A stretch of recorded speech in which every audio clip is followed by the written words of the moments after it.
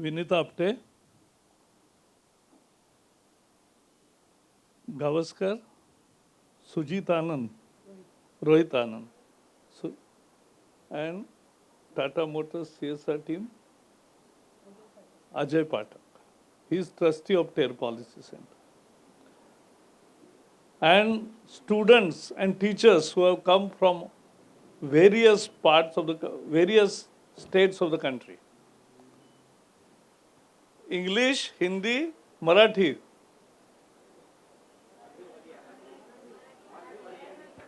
मराठी बढ़िया है नहीं, लेकिन बाहर के लोग आए उनको नहीं समझेगा तो हिंदी करते, क्योंकि जर्मन में कोई अंग्रेजी नहीं बोलता, बेल्जियम में कोई अंग्रेजी नहीं बोलता, जापान में कोई अंग्रेजी नहीं बोलता, इजराइल में कोई अंग्रेजी नहीं बोलता। अपने अपने भाषा में पढ़ते हैं, अपने अपने भाषा में बोलते हैं, और इसलिए अपने देश की भाषा, अपनी प्रदेश की भाषा, उसमें बोलना ज्यादा अच्छा है। But I will do mix also. आज हम टीवी जब लगाते हैं तो क्या दिखता है? कहीं बाढ़ आई है, अभी कैलिफोर्निया में बाढ़ है, कहीं एकदम सूखा पड़ा है, कहीं बर्फ का तूफान चल रहा है, कहीं सागर की लहरें बहुत ऊंची आ रही है। तो ये सब देख के, और कभी भी बारिश होता है तो लोग कहते हैं कि यही क्लाइमेट चेंज है। तो पहला सच मैं बताऊंगा कि ये क्लाइमेट चेंज का एक उदाहरण है, लेकिन जीवन में, पृथ्वी के जीवन में अनेक बार इस तरह की फेज आई है। ये नेचुरल फिनोमिना भी होती है। It is not necessary that every extreme climate event is a climate change. Over a period of 1,000 years, if you see the weather pattern, it has undergone a major change throughout the history. लेकिन यह भी सच है कि अभी जो जिस तरह से लैंडस्लाइड्स हो रहे, बर्फ के तूफान आ रहे हैं, जो बाढ़ आ रही है,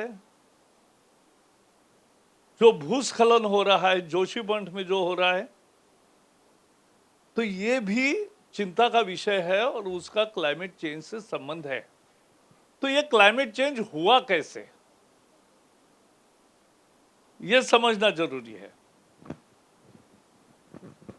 सूरज की किरणें सीधे पृथ्वी पर आती है, उसमें एक फिल्टर लगा हुआ है, ओजोन, और इसलिए अच्छे किरण हमारे पास आते हैं, उससे जीवन खिलता है, मनुष्यों का, वनस्पतियों का, सबका, जीवित जंतु को। अभी तक क्या थी व्यवस्था पहले कि हम, मनुष्य क्या लेता है? ऑक्सीजन। क्या छोड़ता है? पेड़ क्या लेते हैं और क्या छोड़ते हैं? तो it was a complimentary arrangement कि मनुष्य को जो चाहिए वो पेड़ देगा, पेड़ को जो चाहिए वो मनुष्य देगा। ऐसा ही जमीन का और हमारा भी नाता है। जमीन कार्बन को सिंक करके रखती है, पेड़ भी सिंक करके रखते हैं। तो एक प्रकृति में ऐसी व्यवस्था थी कि एक बैलेंस होता था। बैलेंस बिगड़ कब गया? जब कोयला जलाकर भाप, स्टीम निर्माण करके मशीनें चलने लगी, तब कोयले का प्रदूषण नहीं कहना चाहिए, कोयले का जो उत्सर्जन है उससे वो एमिशंस हवा में और वातावरण में रह गए और 100 साल रहता है, 100 साल। और इसलिए जब औद्योगिक क्रांति हुई 1700 से, तब जाके ये मशीन चले, नए नए फैक्ट्रीज बने, कोयले का बहुत उपयोग होने लगा, उसका एमिशन उत्सर्जन बहुत होने लगा, और उसके साथ ये क्लाइमेट चेंज आने लगा। हवा, पृथ्वी गर्म होने लगी, क्योंकि यहां से जो आवाजाही हवा की और बाकी सब चीजों की थी, वो लगभग उसमें रुकावट आ गई, और इसलिए क्लाइमेट चेंज हुआ। तो पहला मुद्दा यह है कि ये क्लाइमेट चेंज हुआ, उसका उपाय क्या है? उपाय है कि ग्रीनरी लगाओ। मैं तो एक कल्पना आप सबके लिए रखता हूं कि अपनी ऑक्सीजन बैंक खुद तैयार करो। ऑक्सीजन बैंक क्या है? बैंक क्या होती है? हम हमारे सेविंग्स वहां रखते हैं, पैसे वहां रखते हैं, बचा के रखते हैं, क्योंकि बुढ़ापे में भी हमें काम आएंगे। यही बैंक है ना? सबके अकाउंट है क्या? कितने लोगों के है? जरा हाथ ऊपर करें। Very good. सबका आधार है? Very good. ये बदलाव लाया है पिछले 8 साल में, यह समझना चाहिए। और ये जो बैंक में हम सेविंग करते हैं, वो अपने पैसे होते हैं, और वो अपने के लिए ही रखने हैं, तो ये बैंक है। तो मेरी कल्पना है ऑक्सीजन बैंक। ऑक्सीजन बैंक क्या है? तो ऑक्सीजन बैंक एक हिसाब है साइंटिस्ट ने किया हुआ कि अगर 7 पेड़ आप लगाओगे और बढ़ाओगे, तो 7 पेड़ में आपका जिंदगी भर का ऑक्सीजन उससे मिलेगा, और कार्बन डाइऑक्साइड वायु वो सोखेगा। तो आपके ऑक्सीजन बैंक है 7 पेड़। अब ये 7 पेड़ लगाने हैं और बढ़ाने भी है। लोग लगाते बहुत है, बढ़ाता कोई नहीं। इसलिए पेड़ लगाना, ग्रीनरी निर्माण करना, ये एक मूल उपाय है हमारे हाथ में। इसलिए हमने स्कूल नर्सरी कार्यक्रम शुरू किया था। कोविड के कारण जरा उसमें बाधा आई। स्कूल में 6ठी से 10वीं तक के बच्चे बीज लगाएंगे, पौधा आएगा, वो देखेंगे, साल भर उसका परवरिश करेंगे, और साल के अंत में रिजल्ट के साथ वो एक बड़ा पौधा लेकर जाएंगे अपने घर में लगाएंगे। ये मेरा पेड़ है। या अपने घर अगर जगह नहीं है, तो जहां जिनके पास जगह है पड़ोसी के, वहां जाएंगे, बताएंगे कि ये पेड़ मैंने तैयार किया है, मैं आपके यहां लगाता हूं, परमिशन दोगे? सब देंगे। यह है स्कूल नर्सरी प्रोग्राम। इससे ये सीख मिलती है कि अपना ऑक्सीजन हमें तैयार करना है। तो ये पहला उपाय। दूसरा उपाय है कि ये कोयले का जहां जहां उपयोग होता है वो कम करना। तो अभी कोयले का बिजली के निर्माण में भी उपयोग होता है बहुत ज्यादा, इसलिए हमारे यहां अभी क्या आया? तो सोलर एनर्जी आई। सोलर एनर्जी किनके घर में सोलर का ये है लगे हुए? जरा हाथ ऊपर करिए। सोलर इनके पास है, यदि ज्यादा लोगों के पास नहीं है। अपने घर के छत पर सोलर का पंप, सोलर का पैनल लगाना, अपने घर की बिजली की प्रोविजन है। वो अपने घर में पानी गर्म आता है।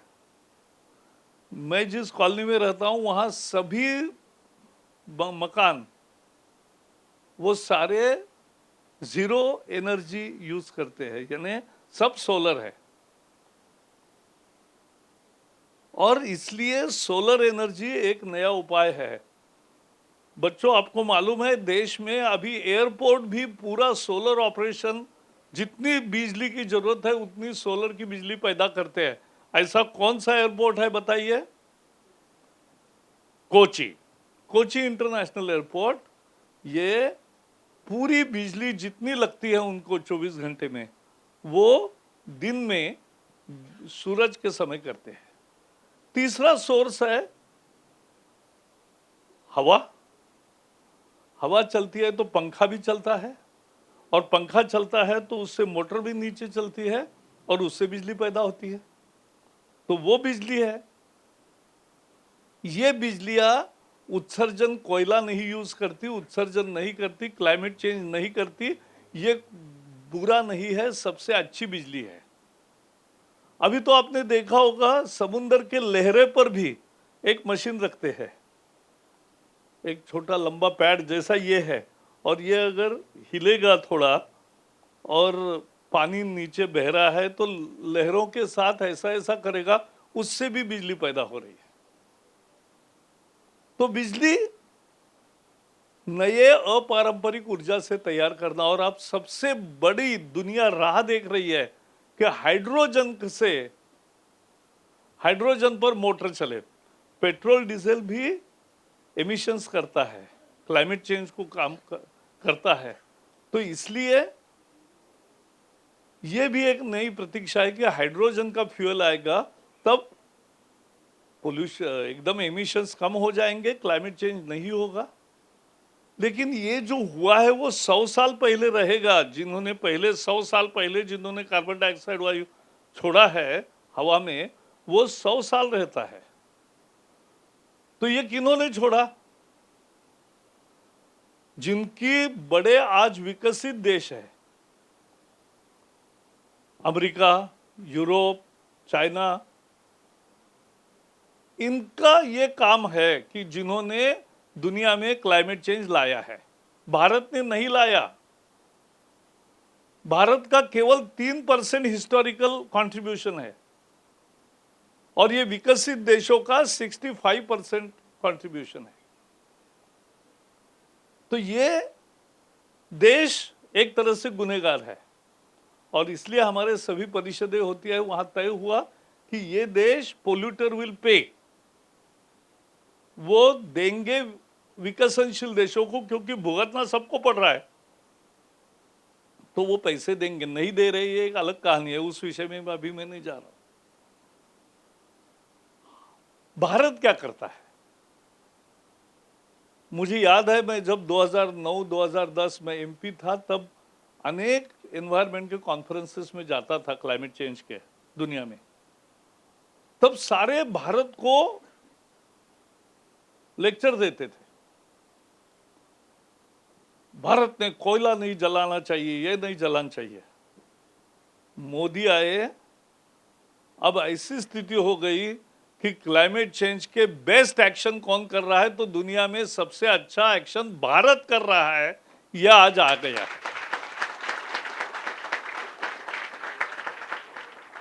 We have taken a leadership role in creating green energy, in creating solar energy, wind energy,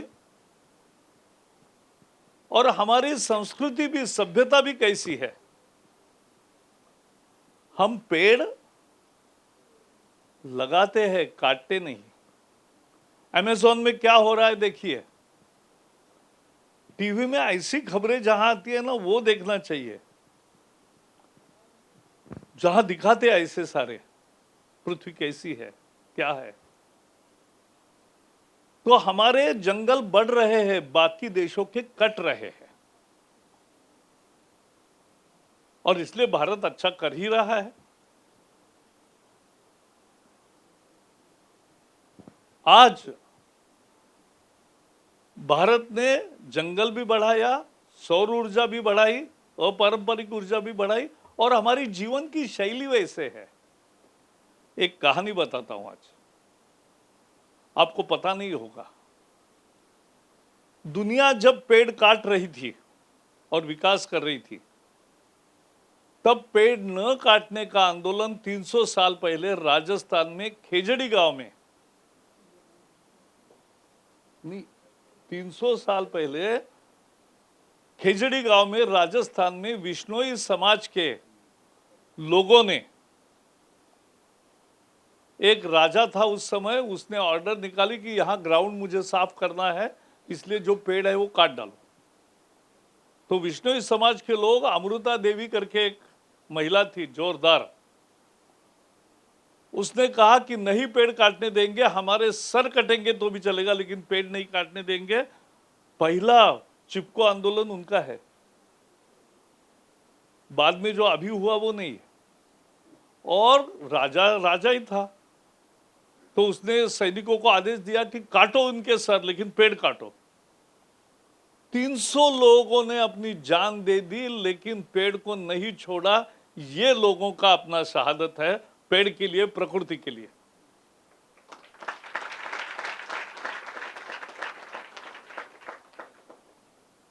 ये दुनिया में ऐसा उदाहरण नहीं है।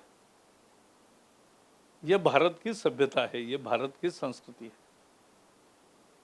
अरे हम पशु पक्षी से भी प्यार करते हैं। मुझे बताइए, बैलों की पूजा करना केवल अपने देश में है, प्राणियों की पूजा, सांप की भी पूजा, पेड़ की पूजा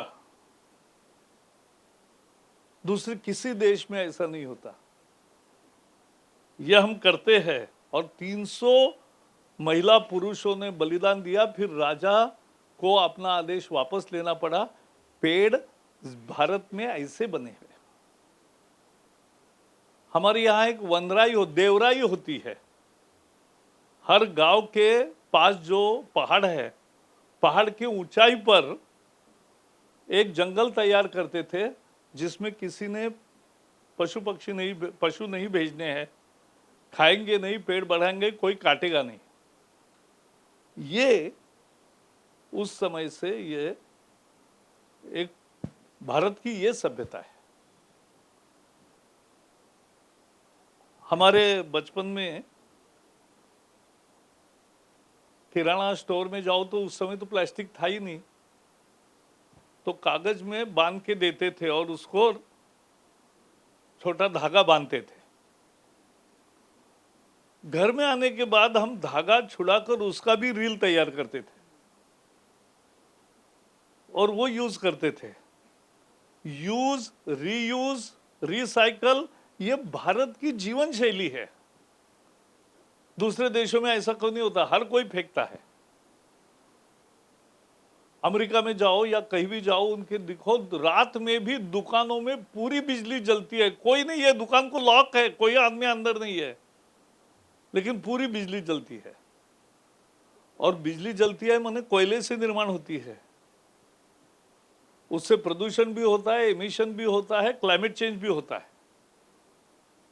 पानी बेतहाशा छोड़ते हैं। बिजली, हमारा बिजली का प्रति व्यक्ति 1200 यूनिट यानी 100 यूनिट ही महीने का मैक्सिमम है, एवरेज। उनका 12,000 है, महीने का 1,000 है। अपने यहां 1000 लोगों के गांव में 20-25 गाड़ियां हैं। टाटा मोटर्स को जरा ये लगेगा, लेकिन बढ़ रहा है कि वो गाड़ियां बढ़ रही है, लेकिन फिर भी हमारी संख्या कम है।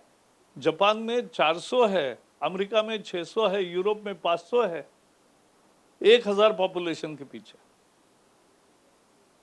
और हमारे देश में कम है, तो वह हम प्रदूषण नहीं करते। हमारे यहां हर चीज बचाने की आदत है। और आज का भी संदेश यही है कि अभी हमें क्या करना है।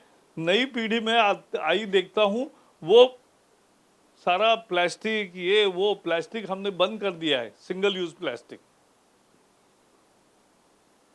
अब वो ऐसी चीजें यूज करेंगे जो रिसाइकल होती है। एक्चुअली प्लास्टिक भी रिसाइकल होता है, लेकिन प्लास्टिक कलेक्ट नहीं होता। तो मैं जो मुंबई में ढेर लगता है, सारा कचरा जहां इकट्ठा आता है, वहां मैं गया। वहां बच्चे अपनी अपनी चीजें उठा रहे थे रिसाइकलिंग के लिए। तो मैंने उनको पूछा, आप प्लास्टिक क्यों नहीं उठा रहे? पन्नी। तो बोले साहब 1 किलो के लिए 250 पन्नी लगती है और 250 बार झुकना पड़ता है, तो ये हमें अफोर्डेबल नहीं है।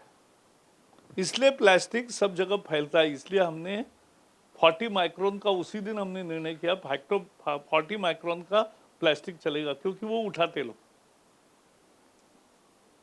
क्योंकि उससे पैसा मिलता है थोड़ा। तो फिर ये हमने कहानी बनाई, ये भारत की संस्कृति है। अपना ही देश है जहां कपड़े धूप में सुखाते हैं, बाकी दुनिया मशीन में सुखाती है और ड्रायर में सुखाती है, बिजली खर्च करके। तो अपनी जीवन शैली पहले से पेड़ के लिए, प्रकृति के लिए रक्षा करने वाला और कम उपयोग करो, ये संस्कृति है। लेकिन अभी मैं नया अनेक घर देखता हूं, बहुत ज्यादा पानी खर्च करते, ज्यादा बिजली खर्च करते। कितने लोग हैं आप में से कि जो घर से बाहर जाते समय सारे लाइट बंद है कि नहीं देखते हैं? कितने? वेरी गुड, ये रिस्पॉन्सिबल सिटीजन्स है। और इसलिए टेयर पॉलिसी सेंटर की स्पर्धा में आप सब जीते हो, उसका ये कारण है।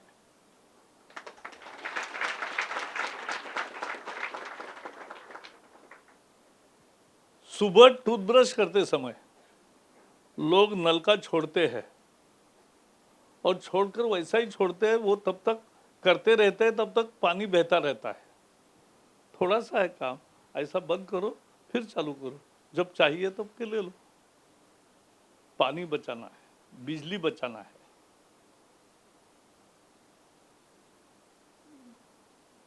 जरूरत नहीं ऐसी चीजें और बहुत ज्यादा प्लास्टिक, सिंगल यूज प्लास्टिक नहीं करना है यूज। और कोई प्लास्टिक किया तो वो पूरा पैक करके इकट्ठा डालना है, तो वो रिसाइकल होता है। तो ये अपने जीवन में हम क्या कर सकते हैं? 7 पेड़ लगाकर बढ़ा सकते हैं जिंदगी भर। मैं आज नहीं बता रहा हूं, हर साल हर 2 साल के बाद 1 पेड़ लगाओ, अच्छा बढ़ाओ, आगे वो आप ही आप बढ़ता है, आपको कुछ नहीं करना पड़ता। पहले 2 साल ध्यान रखना पड़ता है। किसी भी कंपाउंडेड एरिया में लगाना है, क्योंकि कंपाउंड में नहीं लगाओगे, बाहर लगाओ तो पक्षी नहीं, प्राणी खा जाते हैं और उसका कोई ध्यान नहीं रखता। तो पेड़ लगाने हैं, बिजली बचानी है, पानी बचाना है, और अपनी आदतों को जो भारतीय संस्कृति के अनुसार है वैसा ही रखना है। ये सही उपाय है क्लाइमेट चेंज से लड़ाई का। जो देश नहीं देते उनको आज भारत सीख दे रहा है कि कैसे जीवन जीतना है और कैसे तरक्की भी करना है और सस्टेनेबल डेवलपमेंट कैसे करना है। इसका उदाहरण आज भारत प्रस्तुत कर रहा है। अभी G20 के सम्मेलन है अपने देश में, अलग अलग जगह है, 56 जगह उसकी मीटिंगें होगी। सारी दुनिया देख रही है कि भारत ने सौर ऊर्जा में कैसी छलांग मारी है, विंड एनर्जी में कैसी छलांग मारी है, हमारे वन कैसे बढ़ रहे हैं। तो आज G20 में कोई एक देश है कि जो पेरिस में तय हुआ उसके अनुसार चल रहा है, तो उस देश का नाम भारत है, भारत है, भारत है।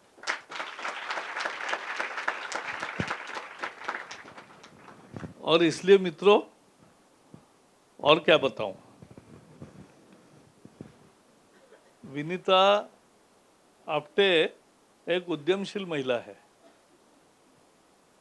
और उसमें उन्होंने जब मुझे बताया कि हम ग्रीन ओलंपियाड शुरू करेंगे, तो पहले साल से 7 साल हो गए, 8,